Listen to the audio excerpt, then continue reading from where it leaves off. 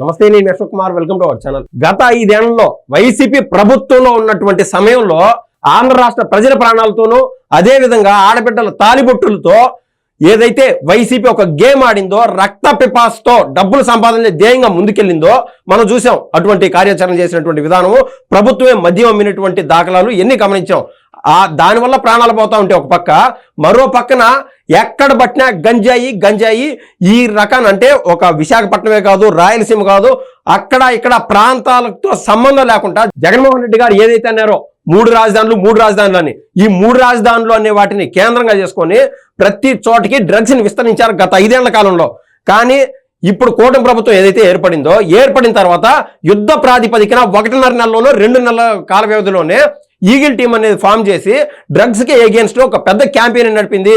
ఈ ఈగిల్ టీంలో పెద్ద పోలీస్ ఆఫీసర్లు, ప్రతి జిల్లాలోనూ టాస్క్ ఫోర్స్ సంబంధించి అదనపు అధికారులు నియమించడం, ఇలా అంటే సే నో టు డ్రగ్స్ అనే నినాదంతో డ్రగ్స్ వద్దు బ్రో అని పెద్ద క్యాంపెయిన్ నడిపింది ఒక కూటమి ప్రభుత్వం. అయినా కూడా జగన్మోహన్ రెడ్డి గారు ముఖ్య అనుచరులు ఎవరైతే ఉన్నారో, ఈ ఫోటోలో మనం చూస్తే అర్థమవుతుంది, ఇతని పేరు కొండారెడ్డి అనమాట. జగన్మోహన్ రెడ్డి గారికి అత్యంత ప్రీతిపాత్రుడు, అత్యంత సన్నిహితుడు ఈ కొండారెడ్డి. ఈయన ఆంధ్ర రాష్ట్రంలో వైసీపీకి సంబంధించి స్టూడెంట్ విభాగానికి అధ్యక్షుడైన ఈ కొండారెడ్డి.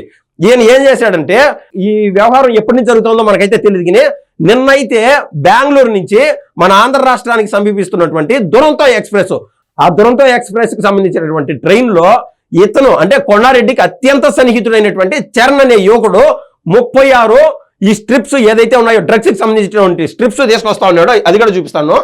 ఇది చూడండి, ఇటువంటి 36 స్ట్రిప్స్ అనమాట. కొన్ని సినిమాల్లో చూస్తూ ఉంటాం ఇట్లాంటి, అవి తీసుకొని నాలుగు పైన పెట్టుకుంటారు. అంటే సిగరెట్ల టైపు మారిపోయినాయి, లేకుంటే మద్యం ఇవన్నీ దాటిపోయి చేతలకి సూదులు గుచ్చుకోవడాలు, లేకుంటే నాలుగు పైన ఇది పెట్టుకుంటే మత్తులకు జారుకోవడాలు, ఈ రకాన అంటే ఆంధ్ర రాష్ట్రాన్ని అల్లకొల్లోలం చేయాలా ఏదైనా సరే. ఇప్పుడు పొరపాటున వీళ్ళు వచ్చి ఆంధ్ర రాష్ట్రంలో అమ్మడానికి చూస్తున్నారు. 1, 2 కాదు, ఏకంగా 36 స్ట్రిప్స్ అనమాట.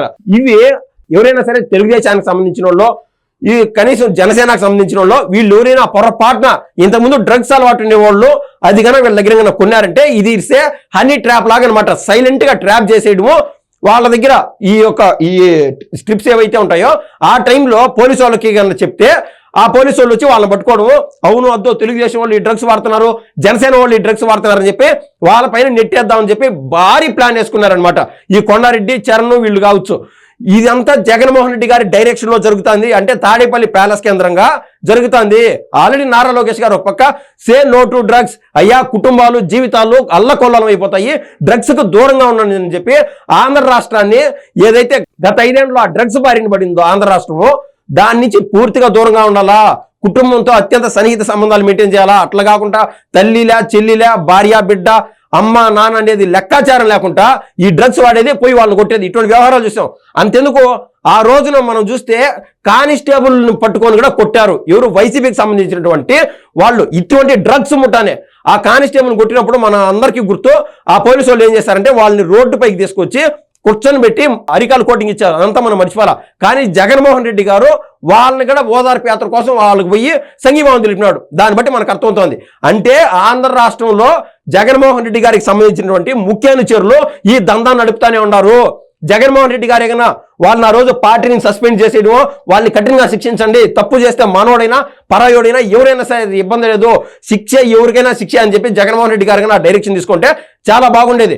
ఒక్కసారి ముఖ్యమంత్రిగా పనిచేసినటువంటి అతను సమాజానికి ఏం మెసేజ్ ఇస్తున్నాడో నేనైతే అడుగుతున్నా. ఇతను చూడండి, కొండారెడ్డి అని అతను జగన్మోహన్ రెడ్డి గారితో పాటు ఈ ఫోటో, జగన్మోహన్ రెడ్డి గారితో అంతకుముందు అనమాట. ఇక్కడ చూడండి, అంతకుముందు మంత్రిగా పనిచేసినటువంటి పలానా గుడ్డు మినిస్టర్ గా ప్రసిద్ధిగాంచినటువంటి ఇతని దగ్గర కూడా అత్యంత సన్నిహితంగా ఉన్నాడు. ఆయన అన్నం తినేటప్పుడు నవ్వుకుంటూ ఆడున్నాడు. ఇటువంటి కొండారెడ్డిని ఆంధ్ర రాష్ట్రానికి సంబంధించినటువంటి ఈగిల్ టీమ్ తో పాటు టాస్క్ ఫోర్స్ ఏదైతే ఉందో ఆ రెండు సంయుక్తంగా పగ్గడ్బందీగా ఏదైతే ఆ ట్రైన్ లో దురంతో ఎక్స్ప్రెస్ లో వస్తా ఉన్నాడో చరణ్ అనే వ్యక్తి, అతన్ని కట్టడి చేసేసి అతన్ని పట్టుకొని ఇంకా ఆయన విచారణ చేస్తే అప్పుడు చెప్తున్నాడు, ఇద్దో సార్ మెసేజ్లు, ఇద్దో నా డైల్ కాల్లు, రిసీవ్డ్ కాల్స్ అని కాల్ రికార్డులు అని చూపిస్తే ఈ కొండారెడ్డిని కూడా ప్రస్తుతం అదుపులోకి తీసుకున్నారు ఆంధ్ర రాష్ట్రానికి సంబంధించినటువంటి పోలీసులు. దీన్ని ఏమంటారంటే రేపో మాపో పొరపాటు అంటే ఇంకంత దౌర్భాగ్యం అనుకోవాలా. ఏది కక్ష సాధింపు చర్యలు, కుట్ర కోణాలు ఇవన్నీ అంటారు కదా. ఇటువంటి వ్యక్తికి జగన్మోహన్ రెడ్డి గారు ట్విట్టర్ కేంద్రంగా ఒక మాట చెప్తే బాగుంటుంది, మనోడైనా పరాయుడైనా శిక్ష పడాల్సిందే, సే నో టు డ్రగ్స్ అని చెప్పి జగన్మోహన్ రెడ్డి గారికి చెప్పాలా.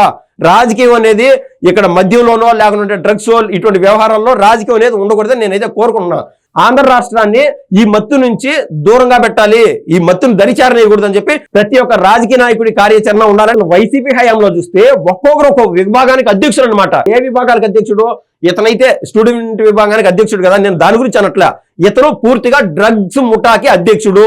ఇంకా ఎర్రచందనానికి చిత్తూరు జిల్లాలోనే పలానా రాజకీయ నాయకుడు అధ్యక్షుడు. అంటే ఎర్రచందనాన్ని విదేశాలకు పంపించేయాలంటే గవర్నమెంట్ కి సంబంధించినటువంటి ప్రాపర్టీలు. అట్టగాకుండా విడుదల రజనీ లాంటి వాళ్ళు అయితే క్వాడ్స్, అక్రమ మైనింగ్ వీటికి బాసులు. ఇంకా మనం చూసాం ఏది నెల్లూరు సంబంధించినటువంటి వైఎస్ఆర్సీపీకి అధ్యక్షుడిగా పనిచేసినటువంటి మాజీ మంత్రి అయినటువంటి కాకాని గోవర్ధన్ రెడ్డి అయితే ఇంకా ఎస్సీలని పాపం ఎస్టీలని ఇష్టానుసారం హింసించి నా ఇష్టం నేను చేసేదే నేను ఎక్కడ ఆపను అని చెప్పి ఏదైతే ఆ ఖనిజాలన్నీ విదేశాలు లూటీ చేస్తా వచ్చాడు. ఎన్ని గమనించాం ఒక్కొక్క దానికి. ఇంకా ఏదైతే రేషన్ బియ్యానికి సంబంధించి పేరునని పూర్తిగా పేటెంట్ తీసుకున్నాడు. ఇంకా కల్తీ మద్యం అయితే ఇంకా జగన్మోహన్ రెడ్డి గారు సీఎం స్థానంలో ఇదే చేసుకుంటూ వచ్చాడు.